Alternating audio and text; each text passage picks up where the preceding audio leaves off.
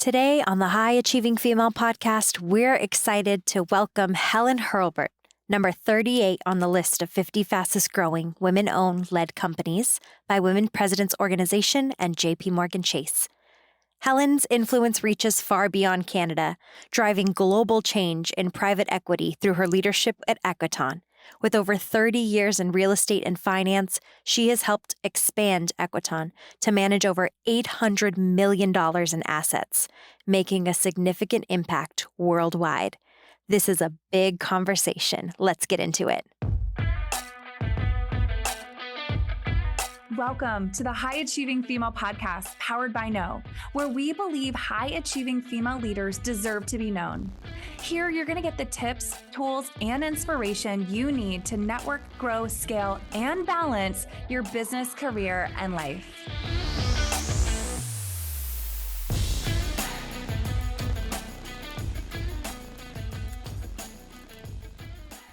This is a special series of the High Achieving Female podcast powered by Know, where you'll get up close and personal with the winners of the 50 fastest women-owned and led companies in America, as presented by WPO and JP Chase. Hello and welcome. I'm excited for this episode today. We have another winner from the 50 fastest women-owned and led businesses. I'm excited to introduce you to Helen Hurlbut. Today, she is the co-founder and CFO for Equiton Partners, a private equity investments firm for Canadians.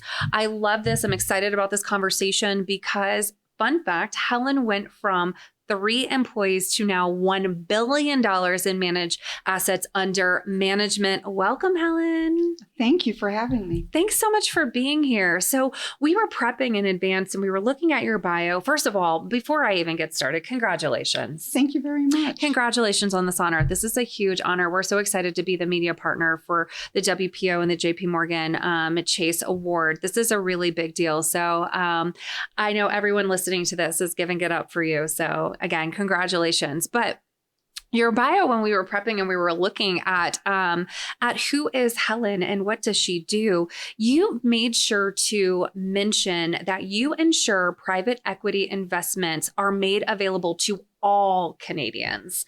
And I asked you in our prep, what does that mean? Let's talk a little bit about that. Sure. We're in real estate and we invest in real estate. And in the past, you had to be a wealthy individual, have enough money to be able to put money and have a share in real estate, especially, bigger real estate, multi-residential properties, an investment in construction and development, anything that's large scale size. And that was only really for the rich. Right. And so we really like the idea in creating this private equity available to all Canadians. And you can invest as little as $10,000 to $25,000. Wow. And it could be through your registered funds. So it's not even cash out of your bank. You don't even have to do it with cash. You could just move from one registered fund to another registered fund. And we accept those. We're set up for those. And it does open the door to a huge population of individuals that can invest in this. That's incredible. And so we're talking private equity investment. So you have $1 billion in managed assets under management now. Talk to us a little bit about how you even got involved in that. So you come from humble beginnings. We're going to touch on that a little bit later. But how did you get into the financial investment world? Well, I've always been involved in real estate. Okay. 30 plus years in real estate. So I understand that business. And our founder, Jason Roque, had this idea. He was also involved only in real estate his whole career. So he had this idea, you know what, we can create this through a private equity source and be able to offer it to everyone. And that really intrigued me. We had many meetings together and we said, this is a great idea. We understand the business. That's not going to be hard for us from day one. We know what to do. Mm-hmm. We know what to buy. We know when to buy it. We know how to run it. We've done that over and over and over again. But, to create this is something new. So we were 3 people in a single office. I love that. Like our office wasn't even ready. It was only about a 1,700 square foot office that we moved to eventually, but it wasn't even ready. And we got along right away. And we talk about how even though we just started working together, we felt like we worked together forever. There was huge synergy and, we just clicked. We had the same sort of ideas and philosophies, and culture for us was big. We wanted to create a good culture within the organization. So we were all on the same page. I love that. I love that. And when great minds think alike, when you get together in the same room, that's where the magic happens, right? And I really love that. Let's talk a little bit about your company culture.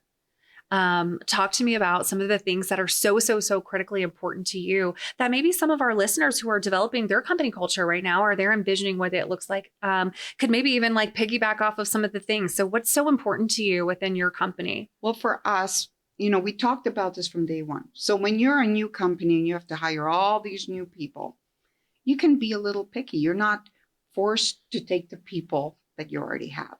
Not that it's easy, right? But we really strive for a culture that's very collaborative, that there's open communication, roll up the sleeves, hardworking people, entrepreneurial in their spirit, right? But leave your ego at home. Yes. Oh my gosh. So yes. that was key for us. That's so important. Talk a little bit about that, because I think that is something that everybody wants, right? We all think we want that. And then you get some of us controlling leaders in the room who are like, wait. Yes, but not that. How do you let go of the control and actually taking this vision of this collaborative culture and nature and allow the leaders to lead who maybe aren't you? Well, you plan and you know where you want, where you are, where you want to go, and you share that. And you share that with your senior team, and you allow them to ask questions. You allow them to let you know if there are any gaps in, not being able to meet what you want to meet. And you're there to help them close those gaps. Right. And it's constant. So it's got to be constant communication, constant collaboration, being able to allow people to ask questions, when they don't understand. So they feel good about that, not bad about that. Right. And so that's really how we do it. We share it. And people know top where we down, need to right? go. Absolutely. Top down. Yeah. I think when you can take the ego out of anything, it just allows you to function and flow. And I think that's a big part of it, right? So when you have no ego and leadership has no ego, then you can feel comfortable asking questions, asking for help, getting that, getting the support that you need. But also when the leadership has no ego too, then those people can come to you and say, hey, I have this idea. What do you think about this? And you're not immediately striking things down because you can't even hear anything, right? How many employees do you have now? Just over 200. Wow. Okay. So you went from 3 to over 200. That's incredible. And how has, I can only imagine that, in Canada, this has been widely acclaimed, right? That anyone, virtually anyone, and we talked about, under this format, you still have to have some eligibility, right? In order to be a part of the program, but virtually anyone who has, all types of retirement opportunities and programs, you don't even have to invest your own cash. That's correct. What a forward-thinking concept. And, a big part of it, like we said, you note that you come from humble beginnings. And so it's almost like you're doing this for yourself. You're doing this for everyone who's from there looking to come up and build wealth, right? Let's go back to young Helen. What was she like? Well, young Helen immigrated from Europe, in the Czech Republic. Didn't speak the language, had to come into a new country, Canada. How old were you? I was 8. 8. And I was always good in math. Okay. But, young Helen did well in school. I went to university, got my business degree. I got my CPA designation. I did all those things. I did well. And then I started to go into the working world. And it happened to be a real estate company. And I realized that they were all men. And I went through a few companies. I didn't move around a lot. I learned a lot. I progressed pretty quickly, but I progressed without really progressing and being the key person in the organization. No matter what I did, somebody else took the acclaim for it. Mm. And so that kept happening and kept happening and kept happening. And I was still proud of who I was, what I was able to achieve, and I was very successful. But I knew I could do more. I knew I could be more. And I knew I didn't want to stand in the background anymore. I love this. The fire inside of me is like really is coming out. I love this so much because, I am such a believer and supporter and champion for the underdogs. I'll tell you, because I'm an underdog myself. And I think so many women in our community and that are listening here are underdogs, and they've been counted out, or they've not, they've been, you're good, you're great. But then you get passed over and passed over and passed over. And then inside, this burning desire to do more comes out. Right. And, I'm better than this. I'm meant for more. And I must do that. Is that, would you attribute that to being in a male dominated industry? Is that? That, and also I think my nature of wanting to constantly do better. A little perfectionism there. Yeah. And, just to know that I have done what I could do, and I never felt, I still don't feel I've accomplished everything. Okay. I don't think I'll ever feel that. That's right. Because you're an overachiever, a high achiever, right? How do you battle with that every day? I'm sure that there's some women here listening who are like, you know what? That's me too. I feel the same way. We're always wanting to do more. I make jokes all the time and say, women who are high achieving women, you have 5 minutes and we start another business. You have 5 more minutes and you're off to doing something else. How do you combat that? Well, you have to have a very supportive family, which I do. They let me do what I want to do. I love that. And you basically have to take care of yourself too. There is a balance you could always have. Even though I work very, very hard, I don't miss things. Mm-hmm. I don't miss the personal family things. I make time for them. I do restorative yoga. Okay. That is very important to me. That grounds me. Yes. And it's something I need. So it's sort of a meditation yoga practice. Like a kundalini. Yeah. Kundalini. I'm new to this. Yeah, I'm new to this I don't world. know what the official name is, but it really does help. And you have to take time for yourself. And I used to always feel guilty about taking time for myself. I don't anymore. Oh, that's a good one. That's really important, I think, especially when we are such high achieving, high performing individuals. Sometimes it's just go, go, go, go, go. And then you risk burnout, or then you're on the cusp of this, or maybe you've reached burnout. So I love that you talk about self-care, because self-care is so, so incredibly important when it comes to women who are doing so much. Yoga, support, a supportive family and household, I think, is one thing that I attribute to the ability for myself and for so many women to be successful and to really chase our dreams. So I think that's a non-negotiable for me as well. But also taking time and not missing those important things, right? Having the conversations and slowing down. Did you reach a point in your career where you're like, you know what? I have to slow down. I am not present how I would like to be? Or was that always something that you said, no matter what, I'm always going to be? It's always something I said. It's never something I did until recently. I love that. And I want to talk a little bit about that, the give back side, the impact side, because impact is a big part of your personal core value, not only through the company and creating the culture that you have, but what are some of the things that you're really looking to do in terms of give back personally? Well, mentoring. And it's funny. I got a call from a partner of accounting firm. She was part of the consulting team working on something for us. And she said, is it okay if we have coffee together? And I said, sure. Oh, I love that. And I really wasn't sure what it was about. And she said, I want to be you. So how do I be you? And you know what I incredible. said to her? I said, you have to believe in yourself and you can't give up. 100%. When we were prepping, I was telling you a little bit about no and our ecosystem and sort of the circle of life. And we talked a little bit about that. So I know this fully resonates with you, because I think that that's really important. Helping the next generation. What can we do? I think it's our duty to really help them get there further faster.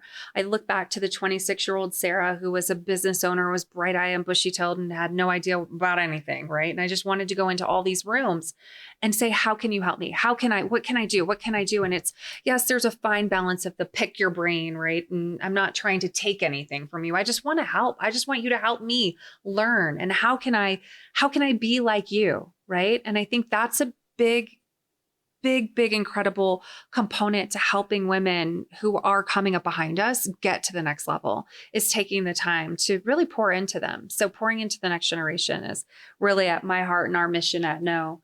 Talk a little bit about some of the advice you've received along your career. I've been asking women lately because I think this is important. There's a lot of people out here who give advice. There's a lot of people who give really bad advice. Mm-hmm. Is there one thing that maybe you listened to or you took or you heard along, whether it was 30 years ago or just this morning, like that you were like, you know what, I'm never doing that again, or that was the worst thing that I ever did or I ever listened? Anything kind of come up when I talk about that? Yes, I had what I thought was a mentor, and I wanted to move up in this company. And he said, you know, there's this one thing you're missing. Right? You don't know how to do that. And I think you need to know how to do that in order to move up. And I said, so what is that thing I'm missing? And he goes, well, take this and figure it out. Right? And I didn't figure it out because I didn't know where he was going with that.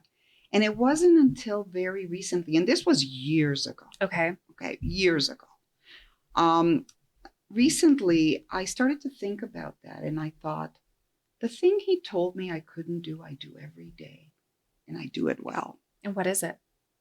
Just being able to analyze an investment opportunity and, you know, see what works, what doesn't work, what we can do, what we shouldn't do. Is it the right thing? Is it not the right thing? And, you know, assess it. And I do that with my eyes closed. I do it every day. And we've made really, really good decisions. And I said, you know what? I could always do that. And somebody told me I couldn't. Right. And maybe because you weren't doing it like they were doing it. Right. Or they didn't want me to. They didn't want you to do it in that way. Or... Well, again, it's this male-dominated world. Do they really want women to succeed? And I think a lot of them still don't. This is what I think it's so incredibly important, especially as we're going through our careers and looking to get to the next level for ourselves, but also helping the next generation. It's really about authenticity and like leaning into your inner knowing, right? Knowing who you are.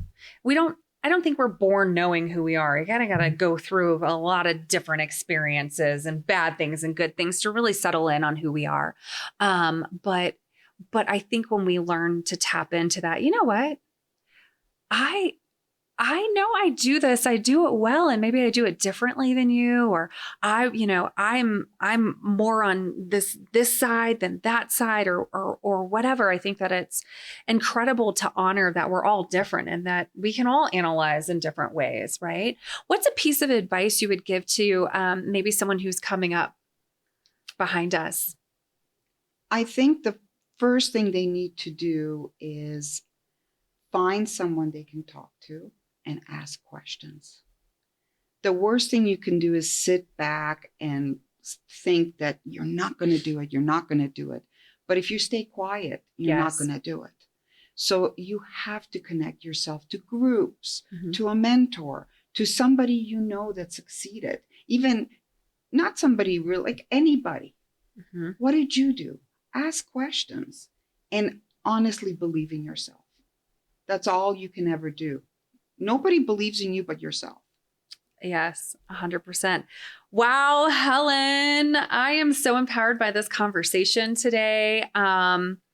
You have just like dropped so many little pearls, and the wisdom is incredible.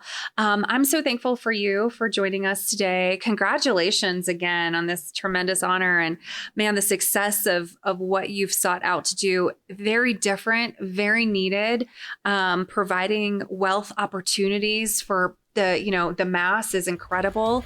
Your energy is outstanding. I'm really enjoying this conversation. Thank you so much for being with us today. Thank you for having me.